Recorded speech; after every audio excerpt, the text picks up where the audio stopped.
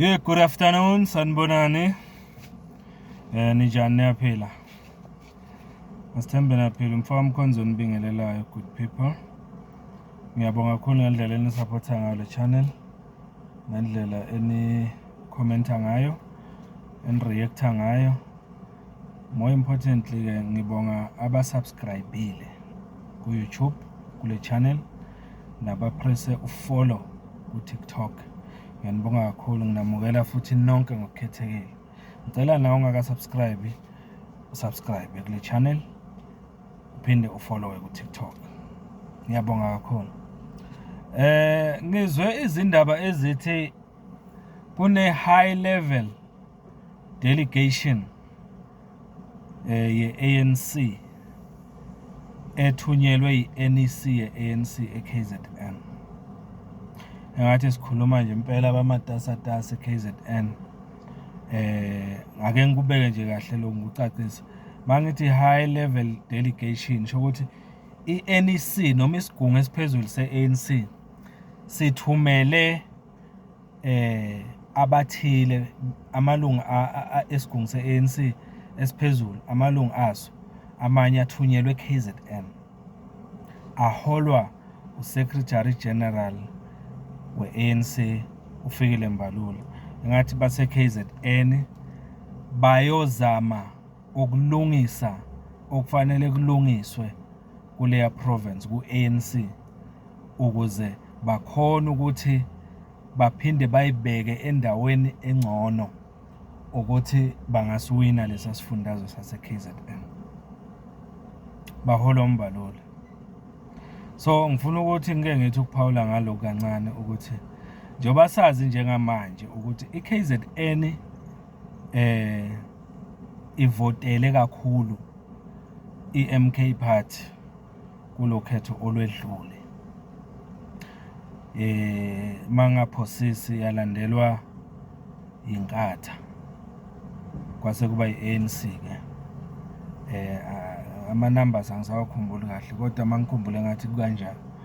So mangithatha ukubheka i-ANC njengoba yehlile ke KZN kusho ukuthi iyolwa namaphathi awu2 okuyi MK Party ne-IFP okuyiyona noma kuwona adla kakhulu kulesa sifundazwe as we speak.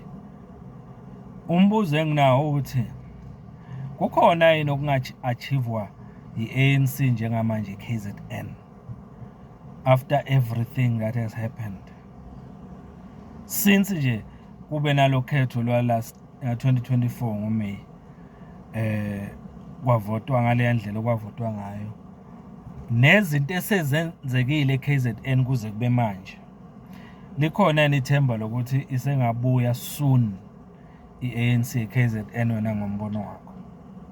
Mina ngizoveza la ukuthi kungani ngithi angeke ibuye soon, nokuthi kungani futhi ngikholelwa ukuthi isazoqhubeka iMK Party ikhonya kulesa sifundazwe nakulizayo ukhetho esibheke kulo njengamanje.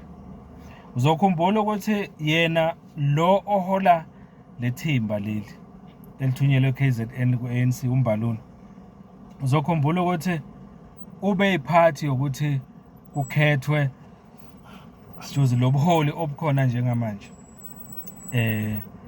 eKZN be-ANC.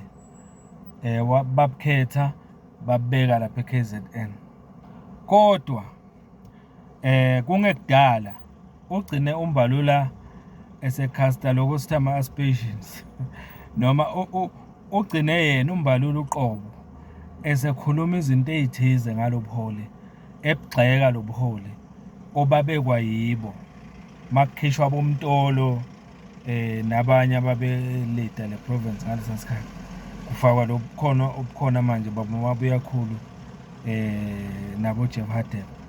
Waphinde wabugxeka yena uMbalula wabiza ngethezi uthi babekholelwa ukuthi bafaka iFerrari eKZN kodwa later on babona no man sifaka ithezi la ngeke ize letheze esifakile ikhona ukubhekana nale McLaren noma nale moto angizazi phela lezi esezingeni MK Party, ngoba phela i-MK Party idla lubi lapha eKZN, iyona ehamba phambili, yayibona, iyona Ferrari, ake ngisho kanjalo, ngoba nje uMbalula yena wayisholo ngomlomo wakhe ukuthi laba abakhona itheza, kusho ukuthi ubuholi be-MK njengamanje yibona obuyi-Ferrari KZN. Likhona yini ithuba lokuthi izobuya i-ANC lapha? Mina ngithi angiboni ukuthi kuzokwenzeka lokho. Ngani na? Ngoba even if kungaba nabathile okuwukuthi ba-decide ukungayivoteli i-MK Party kulo khetho olizayo, still basana ne-option ye-IFP, and abantu abaningi futhi abebevoteli i-IFP before yibona laba abavoteli i-MK Party, njoba i-MK Party nje leader ngokwamavoti e-KZN, i-leader nangey'namba e-legislature. Kwasuka abanye khona ku-ANC nakhona ku-IFP bazovotela i-MK Party. So-ke uyabona ukuthi i-ANC, nkosi yami, lo mzamo ewuzamayo e-KZN, yebo kona akufanele phela bakuhlale bagoqe izandla, kumele khona kube khona abakwenza, kodwa uMbalula usekwenze kwaba worse yena uqobo lwakhe ngokuthi aphinde adelele labaholi bayo i-ANC e-KZN. You ask yourself-ke ukuthi kukhona yini labaholi be-ANC okupositive abangavela nabo emva kokuba uMbalula ekhulumela i-ANC, abagxeka ngaleya ndlela, wabadelela ngaleya ndlela, futhi wababiza ngethezi. Do you think ukuthi sekhona yini motivation kulabaholi be-ANC abakhona e-KZN njengamanje ukuthi benze kangcono? Even ke ikhona leyo motivation, abantu base-KZN ke bona ikhona yini motivation yokuthi basengalalela i-ANC, bathembe i-ANC ngombono wakho? Mina njengomfoka Mkhonza angikuboni lokho. Bheka nje recently into eyenzakele e-Addington, kuvulwa iy'kolo ngeyi-14 January kuze kuyoshaya mangaphose siyi-29 January. Khalwa ngokuthi iy'ngane zabantu base-South Africa azamukelwe e-Addington esikolweni ne-primary lapho. ANC ithulele nje, quiet ANC kuleza sifundazwe, quiet, ayibonakali nangokhalo. Kwaliwa yalwa i-March and March, ilekelelwa yibo MK Party, o-Action SA nabanye, yazi yagcina iwina ukuthi abantwana base-South Africa bamukelwe e-Addington. ANC yenzani? Yaqhamuka nge-last day seyizozincoma yona as i-Department of Education yase-KZN, ithi yenze umsebenzi omkhulu ukuze kwamukelwe labantwana kulesa. They think KZN people are stupid. They don't think. They don't know what happened. So lokho nje kukodwa kuyakutshela ukuthi KZN no, ANC kusazothatha isikhathi ukuthi abantu base-KZN bayiconsideration ngendlela mina engibuka ngayo. Akwenzakalanga ngephutha lokho okwenzakala e-KZN ukuthi abantu bagijimele ku-MK Party bayovotela yona, abanye bagijimela ku-IFP bayovotela yona, kwasethi idlanzana la yakhona-ke ku-ANC. Akwenzakalanga ngephutha. People, they see into ebafanele futhi they know ukuthi bayoyithola kuphi into abayidingayo, yingakho bevota ngale ndlela abavota ngayo.